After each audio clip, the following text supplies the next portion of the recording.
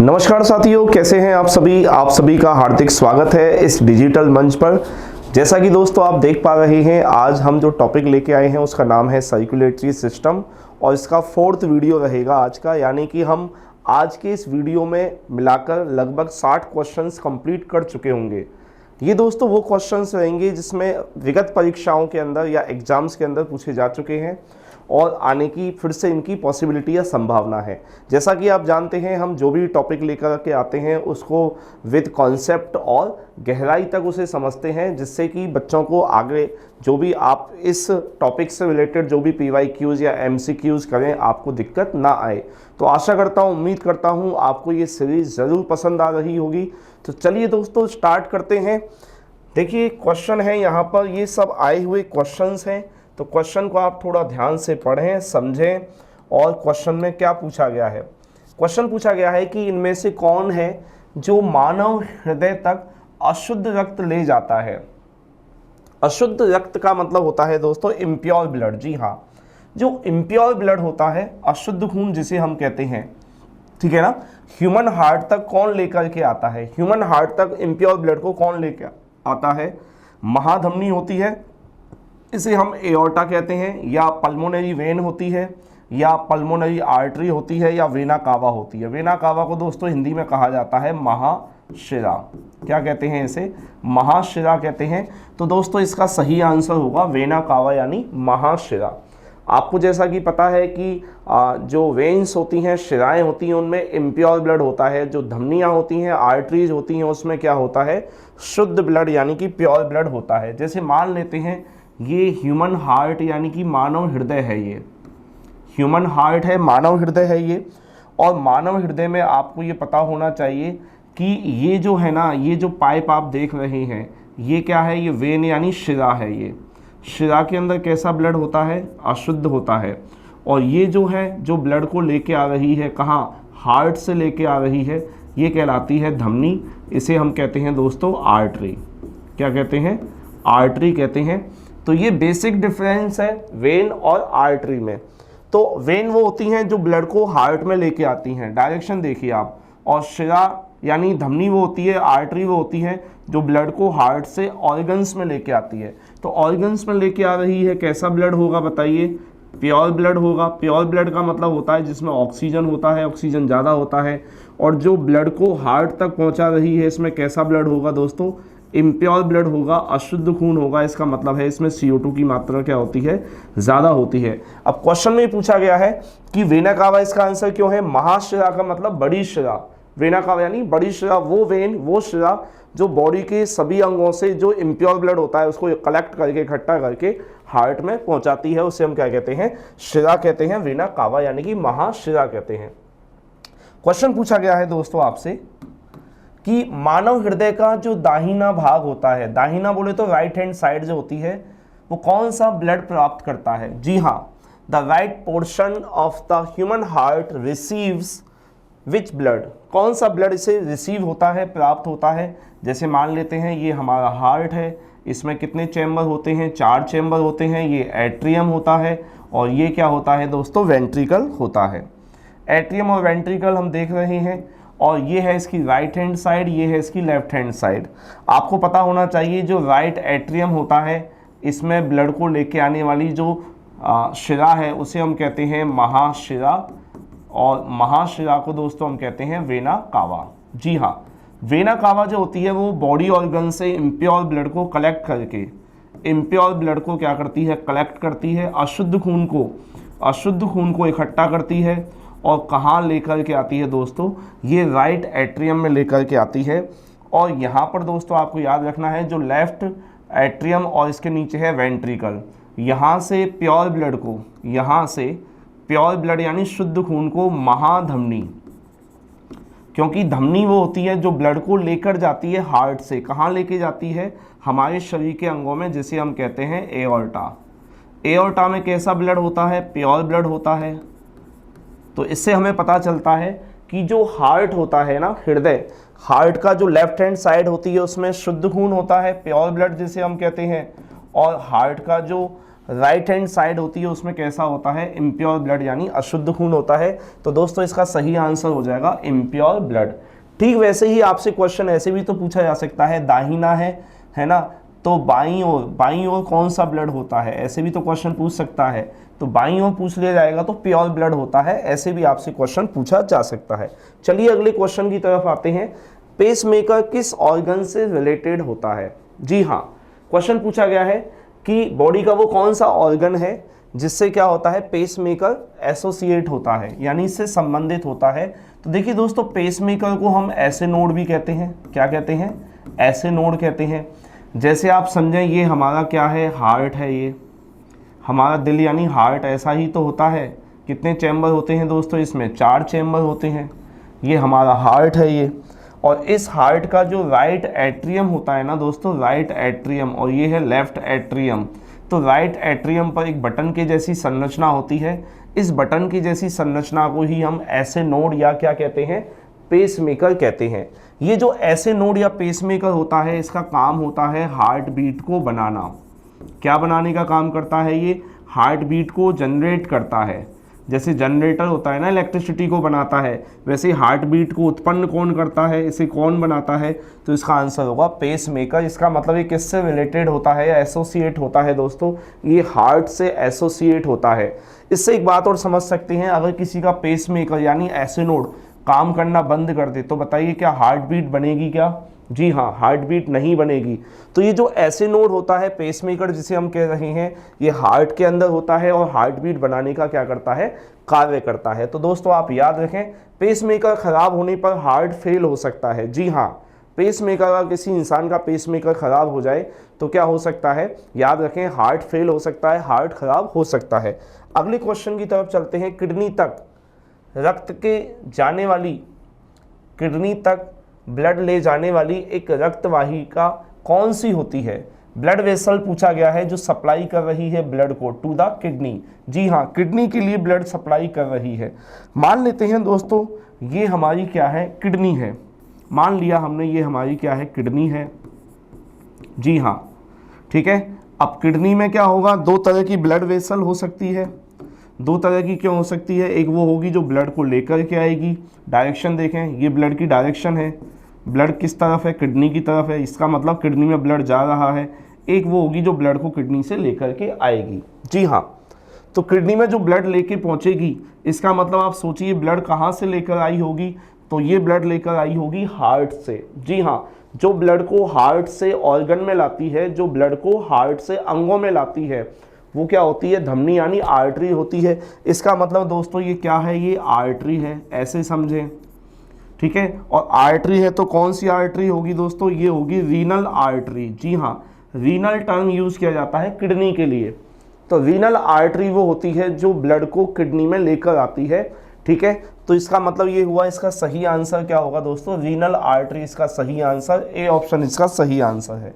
अगले क्वेश्चन की तरफ आते हैं। वो कौन सी ब्लड वेसल है जो फेफड़ों में यानी लंग्स में ब्लड के ऑक्सीजनीकरण के लिए अशुद्ध रक्त ले जाती है, इम्प्योर ब्लड को लेके जाती है?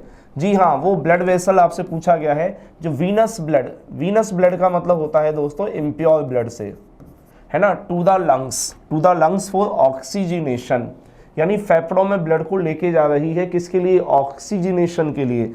तो दोस्तों हमें पता होना चाहिए जो ब्लड को हार्ट से लेकर के जाती है, वो होती है आर्टरी, और ये कहाँ लेके जा रही है, ये लंग्स यानी कि फेफड़ों में लेके जा रही है, तो इसे हम कहते हैं पल्मोनरी आर्टरी। जी हाँ, पल्मोनरी आर्टरी में दोस्तों इम्प्योर ब्लड होता है। कैसा ब्लड होता है, अशुद्ध खून होता है, इम्प्योर ब्लड होता है, जो कि अपने आप में एक अपवाद भी है, एक्सेप्शन भी है। क्योंकि हमने पढ़ा है कि जितनी भी आर्टरीज होती हैं, धमनियाँ होती हैं, उनमें कैसा ब्लड होता है, प्योर ब्लड होता है, शुद्ध खून होता है।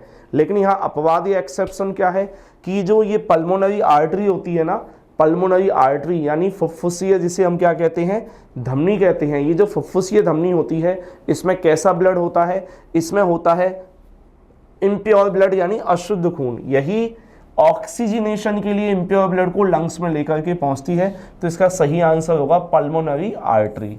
जी हाँ, अगले क्वेश्चन की तरफ चलते हैं। इनमें से कौन है जो शरीर के विभिन्न भागों से डीऑक्सीजन युक्त ब्लड को हृदय तक वापस लाता है? हाँ जी, बॉडी से इम्प्योर ब्लड को, डीऑक्सीजनेटेड ब्लड को हार्ट तक वापस लेके आता है। ये आपसे क्वेश्चन पूछा गया है, which of the following brings back deoxygenated blood from different parts of the body to the heart तक जो लेके आता है। तो फिर से हम एक डायग्राम बनाते हैं। देखिए दोस्तों, हार्ट से जो भी क्वेश्चन आते हैं उसके लिए डायग्राम जरूर बनाएं, इससे आपसे क्वेश्चन कभी गलत नहीं होगा। ये राइट एट्रियम और वेंट्रिकल, ये दायां आलिंद और निलय है, और ये लेफ्ट एट्रियम है, और ये क्या है, वेंट्रिकल है। ठीक है, तो यहाँ से आपको पता होना चाहिए, यहाँ से निकलती है क्या, यहाँ से निकलती है एओर्टा, जिसे हम कहते हैं महाधमनी। ठीक है, और यहाँ से जो आती है शरीर के अंगों से, वो आती है महाशिरा, जिसे हम कहते हैं वेना कावा। जो बॉडी ऑर्गन्स होते हैं ना, ये क्या है, मान लीजिए हमारे बॉडी ऑर्गन्स हैं, शरीर के अंग हैं। यहाँ से इम्प्योर ब्लड को कलेक्ट करके लाती है राइट एट्रियम में, और एओर्टा जो होती है ये लेफ्ट वेंट्रिकल से प्योर ब्लड को लेके आती है बॉडी ऑर्गन्स तक। तो ये मैंने एक फ्लो चार्ट बना दिया है। तो इसका जो सही आंसर होगा दोस्तों वो क्या होगा, वो होगा महाशिरा, क्योंकि ये डीऑक्सीजनेटेड ब्लड की बात कर रहा है। तो वेना कावा में ही कैसा ब्लड होता है, डीऑक्सीजनेटेड ब्लड होता है या इम्प्योर ब्लड होता है। अगले क्वेश्चन की तरफ चलते हैं कि हमारा जो ब्लड होता है ना, ह्यूमन ब्लड की हम बात कर रहे हैं दोस्तों। ह्यूमन ब्लड की जो पीएच होती है वो कितनी होती है? बड़ा ही आसान सा क्वेश्चन है, 7.4 इसकी पीएच होती है। और आपको पता होना चाहिए जो पीएच स्केल होता है, इसमें पीएच वैल्यू होती है 0 से 14 तक। 0 से 14 तक पीएच वैल्यू होती है पीएच स्केल में। और इसकी जो मिड रेंज होती है या मीन या मिड पॉइंट जिसे हम कहते हैं, उसकी पीएच वैल्यू होती है 7। ठीक है, तो आप 7 से ऊपर जा रहे हैं तो आपको पता होना चाहिए क्षारीयता यानी कि बढ़ेगी, क्षारीयता बढ़ेगी। और 7 से आप 0 की तरफ आ रहे हैं तो अम्लीयता क्या होती है, बढ़ती है। तो ये 7.4 है, 7.4 है, इसका मतलब ये कैसा होगा, ये हमें पता होना चाहिए। ये होगा हल्का अम्लीय या क्षारीय। हल्का क्षारीय होगा दोस्तों, अम्लीय नहीं होगा। हल्का क्षारीय भी ऑप्शन में दे सकता है। 7.4 पीएच का मतलब है ये कैसा होगा, स्लाइटली एल्कलाइन होगा। स्लाइटली क्या होगा दोस्तों, एल्कलाइन। तो ब्लड जो होता है वो कैसा होता है, हल्का क्षारीय प्रकृति का होता है, स्लाइटली एल्कलाइन होता है। अगला पॉइंट देखिए, कौन से वर्टिब्रेट जीवों में ऑक्सीजन युक्त और डीऑक्सीजन युक्त रक्त का मिश्रण होता है? जी हाँ, ये क्वेश्चन पूछा गया है, in which vertebrates oxygenated and deoxygenated blood get mixed. यानी कि हमें ये समझना पड़ेगा अगर ये क्वेश्चन आया है तो इस क्वेश्चन को कैसे हल किया जाए। जी हाँ, वर्टिब्रेट्स की बात कर रहा है। और याद रखना दोस्तों, जो वर्टिब्रेट्स होते हैं ना, इन वर्टिब्रेट्स को हम 5 क्लासेज में डिवाइड करते हैं, जिसे हम बोलते हैं परम। अगर आपने मेरा पिछला वीडियो देखा है, जी हाँ, इससे पहले वाला जो वीडियो अगर आपने देखा है तो उसमें हमने परम को लेकर डिस्कस किया था। अगर आपने नहीं देखा है तो पहले उस वीडियो को देख लें, उसमें परम के बारे में मैंने आपको बताया था। परम का मतलब एक ट्रिक है, यहाँ पर जितने भी वर्टिब्रेट्स होते हैं उनको 5 क्लासेज में डिवाइड किया गया है, जिसे हमने परम बोल दिया था। परम में पी से पिसीज क्लास, ए से एम्फीबिया क्लास, आर से रेप्टाइल क्लास, ए से एवीज और एम से मैमेलिया। ये जो एम्फीबियंस होते हैं ना दोस्तों, क्या होते हैं, ये जो एम्फीबियंस होते हैं, ये जो एम्फीबियंस होते हैं जिसे हम कहते हैं उभयचर, उभयचर कहते हैं, और जिसमें आते हैं मेंढक यानी फ्रॉग। तो मेंढक या फ्रॉग का हार्ट कैसा होता है दोस्तों, इसका हार्ट होता है 3 चैम्बर्ड। ऐसा हार्ट होता है, 2 एट्रियम होते हैं और एक होता है दोस्तों क्या, वेंट्रिकल। ये एट्रियम है, ये क्या है, एट्रियम है। अब दोस्तों यहाँ पर क्या होता है, यहाँ से आता है कैसा ब्लड, इम्प्योर, अशुद्ध। और यहाँ से दोस्तों कैसा आता है, यहाँ से कैसा ब्लड आएगा बताइए, यहाँ से आता है दोस्तों प्योर ब्लड, शुद्ध खून आता है। तो ये प्योर ब्लड आगे चलेगा तो वेंट्रिकल में पहुँचेगा, और यहाँ से आप देखेंगे तो इम्प्योर ब्लड जो होगा वो राइट एट्रियम से वेंट्रिकल में पहुँचेगा, और यहाँ ये क्या हो जाएगा, मिक्स्ड यानी मिश्रित हो जाएगा। तो इसका सही आंसर दोस्तों क्या होगा, उभयचर ही होगा, ये आप ध्यान रखें। एम्फीबियंस यानी कि मेंढक, इसका ऑप्शन में मेंढक भी दे सकता है, ये आप ध्यान रखें। अगला क्वेश्चन है, जब व्यक्ति को गलत ब्लड समूह चढ़ाया जाता है, यानी कि कोई व्यक्ति है और वो हॉस्पिटल में एडमिट है, अगर उसे गलत ब्लड ग्रुप का ब्लड दे दिया गया है तो बताइए क्या समस्या हो सकती है उसके साथ में। जी हाँ, जैसे मान लीजिए ये एक व्यक्ति है, एक पर्सन है, ठीक है, और इसका ब्लड ग्रुप क्या है दोस्तों, ए है, ठीक है, और मान लीजिए दूसरा व्यक्ति है, ये इसका ब्लड ग्रुप क्या है, बी है, और बी ब्लड ग्रुप का ब्लड ए ब्लड ग्रुप वाले व्यक्ति को गलती से दे दिया गया। जी हाँ, गलती से चढ़ा दिया गया, गलती से ऐसा हुआ है। ऐसी स्थिति में क्या होगा, इसका ब्लड जब इसके शरीर में पहुंचेगा, क्योंकि ये मिसमैच है, ये मैच नहीं होगा, तो इस ए ब्लड ग्रुप वाले व्यक्ति के जो एंटीबॉडी होंगे ना, एंटीबॉडी, और इसके जो एंटीजन होंगे, इसके क्या होंगे दोस्तों, एंटीजन, ये इसके एंटीजन एंटीबॉडी के बीच में आपस में रिएक्शन हो जाती है, यानी कि इन दोनों की आरबीसी आपस में चिपकने लगती हैं, और आरबीसी जब चिपकने लगती हैं, इकट्ठी हो जाती हैं, तो इसे आरबीसीज एग्लूटिनेशन कहते हैं। आरबीसीज का एग्लूटिनेशन हो जाता है, आरबीसीज का चिपकना, आरबीसी यानी एंटीजन और एंटीबॉडी की आपस में रिएक्शन हो जाती है, क्रिया हो जाती है, जिसे एग्लूटिनेशन कहते हैं, जिससे आपस में आरबीसी चिपक जाती हैं, ब्लड के क्लॉट बन जाते हैं, थक्के बन जाते हैं, इंसान की क्या हो जाती है, डेथ हो जाती है। तो ये इसका सही आंसर है। अगले क्वेश्चन की तरफ चलते हैं। RH फैक्टर शब्द किससे संबंधित है? देखिए, RH फैक्टर की खोज हुई थी दोस्तों, आपको पता होना चाहिए, एक बंदर में, जिसे हम कहते हैं रीसस मकाका मंकी। क्या कहते हैं? रीसस मकाका मंकी कहते हैं, बंदर कहते हैं। और इस RH फैक्टर की खोज किसने की थी? दो साइंटिस्ट हैं, एक है लैंडस्टीनर और इसके साथ में आते हैं वीनर। तो लैंडस्टीनर और वीनर दो साइंटिस्ट ने मिलकर के रीसस मकाका मंकी के अंदर इस फैक्टर की खोज की, और इसे हम क्या कहते हैं, RH फैक्टर को हम डी एंटीजन भी बोल देते हैं। क्या बोल देते हैं दोस्तों? इसे डी एंटीजन भी बोल देते हैं। और ये रीसस मकाका मंकी की जो RBCs होती हैं ना, रेड ब्लड कॉर्पस सेल्स, उनमें ये पाया जाता है। तो जिन लोगों में ये RH फैक्टर पाया जाता है उसे हम कहते हैं RH पॉजिटिव ब्लड ग्रुप, और जिन लोगों में RH फैक्टर नहीं पाया जाता उसे हम कहते हैं RH नेगेटिव ब्लड ग्रुप। जी हाँ, तो इसका मतलब ये RH फैक्टर, रीसस फैक्टर भी आप इसे कह सकते हैं। ऑप्शन में क्या है? रीनल फैक्टर है, रोम्बिक फैक्टर है ना। तो ये रीसस फैक्टर के नाम से, रीसस मकाका मंकी के नाम से इसका नाम रीसस फैक्टर या RH एंटीजन भी आप इसे कहते हैं। अगले क्वेश्चन पर आते हैं। वयस्क मानव में सामान्य RBCs कितनी होती हैं? जी हाँ, RBCs की नॉर्मल रेंज पूछी गई है, नंबर ऑफ RBCs की बात कर रहा है, नंबर ऑफ RBCs की संख्या हमसे पूछी गई है। तो आपको याद रखना है, RBCs की जो संख्या होती है पुरुष के अंदर, पुरुष यानी मेल के अंदर इनकी संख्या कितनी होती है? ये होती है 50 से 55 लाख। जी हाँ, 50 से 55 लाख पर mm³ मिलीमीटर होती है। पर mm³ मिलीमीटर का मतलब होता है प्रति घन मिलीमीटर। अब ऑप्शन में आप देखें, लाख में नहीं है, मिलियन में है।